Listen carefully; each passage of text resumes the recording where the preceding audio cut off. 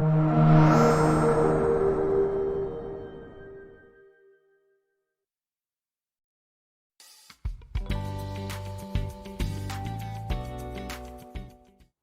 반갑습니다.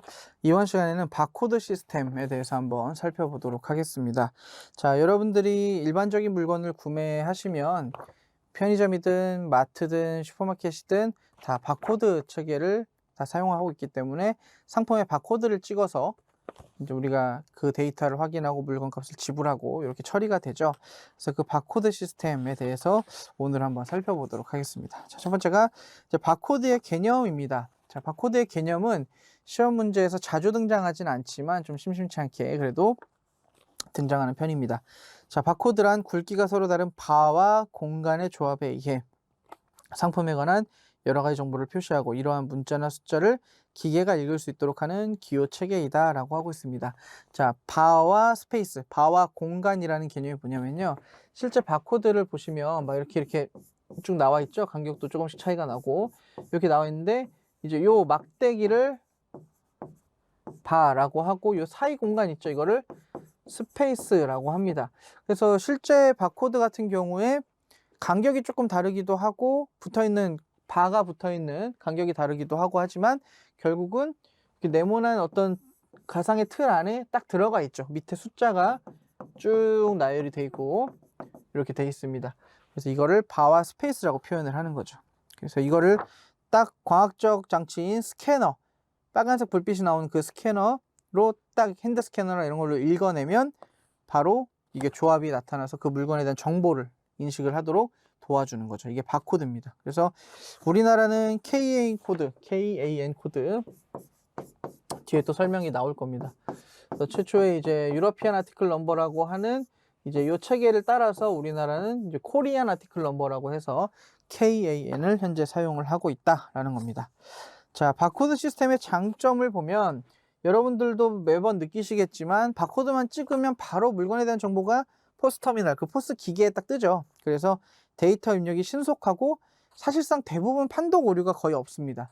왜냐하면 바코드 같은 경우에는 그 밑에 있는 숫자 중에 맨 마지막 숫자가 체크 디지트라는 게 있어요.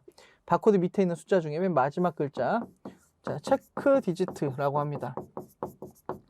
체크 디지트라 그래서 바코드가 막 이렇게 있으면 밑에 숫자들이 여러 개가 있는데 여기에 맨 마지막 숫자, 이게 앞에 바코드들이 제대로 구성이 되어 있는지를 확인하는 코드거든요. 그래서 이런 것들이 있기 때문에 판독 오류도 감소가 되고 장소 제한이 없이 사용이 가능하고 인건비나 관리비 상당히 빠르게 처리가 되기 때문에 이런 장점이 있고요. 종업원의 숙련된 전문 작업성이 사실 불필요합니다. 바코드만 찍을 줄 알면 사실 자동으로 계산이 되기 때문에 이런 불필요하고 포스나 EOS 등과 시스템과 연계해서 자료 처리에 신속성이 향상된다.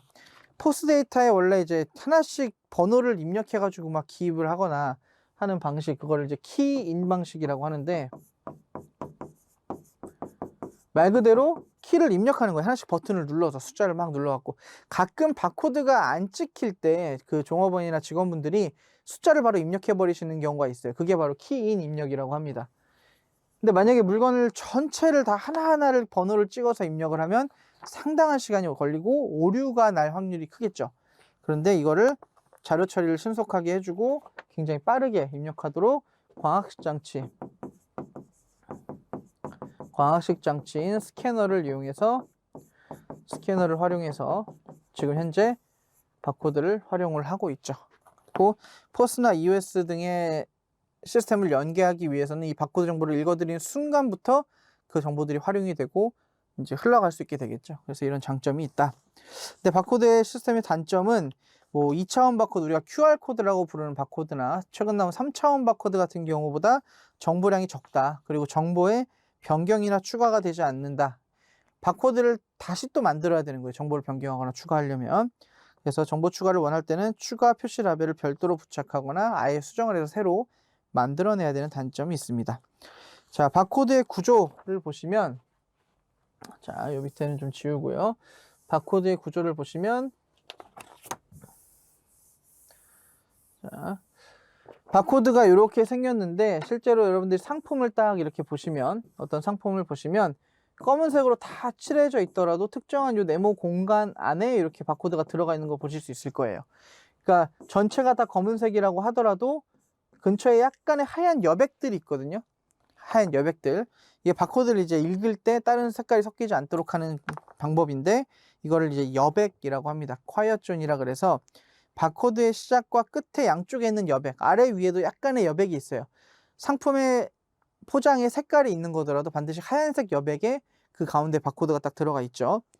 그래서 가장 좁은 요소에 10배 이상으로 지정이 되어 있고 뭐 이런 걸 이제 암기하지 않으셔도 되는데 시작 문자, 멈춤 문자. 그래서 바코드가 있는 그 바코드 첫 번째 시작 문자와 멈춤 문자 여기 뒤에 있는 앞뒤에 여백을 얘기합니다. 보통 여기는 하얗게 다 돼 있어요. 아래에도 조금 하얗게 돼 있고 위에도 조금 하얗게 돼 있고 바코드가 이렇게 조금 가상의 네모칸 같이 이렇게 돼 있습니다. 상품을 보면.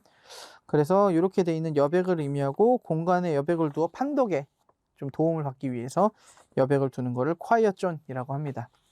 자, 그리고 시작 문자, 멈춤 문자 방금 말씀을 드렸는데 각 심벌의 끝, 요 바코드의 바와 스페이스가 시작되는 곳과 끝나는 곳, 정확히는 바죠. 바가 시작되는 곳, 끝나는 곳, 요 두 개가 시작 문자, 멈춤 문자다 해서 스타트 캐릭터, 스탑 캐릭터 이렇게 이야기를 합니다.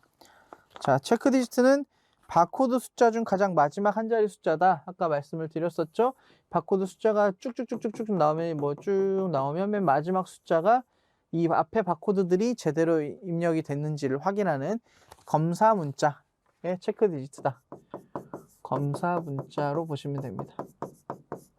검사 문자. 자, 이렇게 보시면 되고, 자, 바와 스페이스는 바코드를 구성하는 넓거나 좁은 바 스페이스를 의미하고, 좁은 바 스페이스는 1:2, 넓은 바 스페이스는 1:3 비율을 보이는데 표준 비율은 1:2.5 정도입니다.